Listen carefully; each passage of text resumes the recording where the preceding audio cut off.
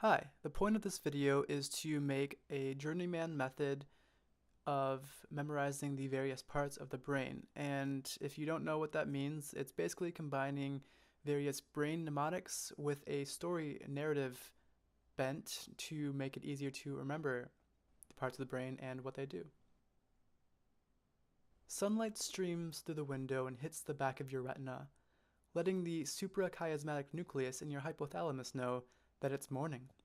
It's time for the pineal gland in your epithalamus to secrete that good morning cortisol. The sounds of birds chirping register in your midbrain and pass on to your temporal lobe. Below, the pond saves the rest of its streams for another night. Further down, your medulla gets to work adjusting your breathing and heart rate now that you're awake. Still, your reticular formation cries out that it wants to go back to sleep. But the prefrontal cortex screams, "Wake the fuck up!"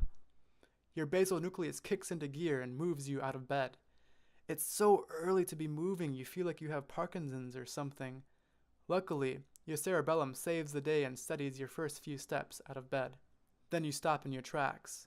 The sight of the spider hits your occipital lobe fast, but not as fast as the image is relayed from the thalamus to the amygdala, which screams to the hypothalamus, "Why the fuck isn't the sympathetic branch of the autonomic nervous system activated already?"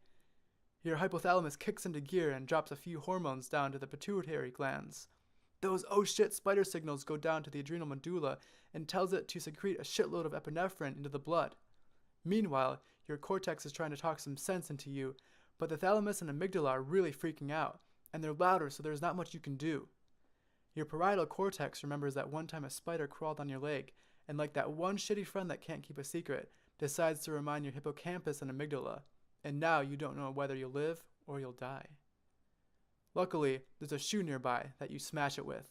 Standing there, staring at the dead spider, you smile, letting the corpus callosum tell both sides of your brain how you're such a badass.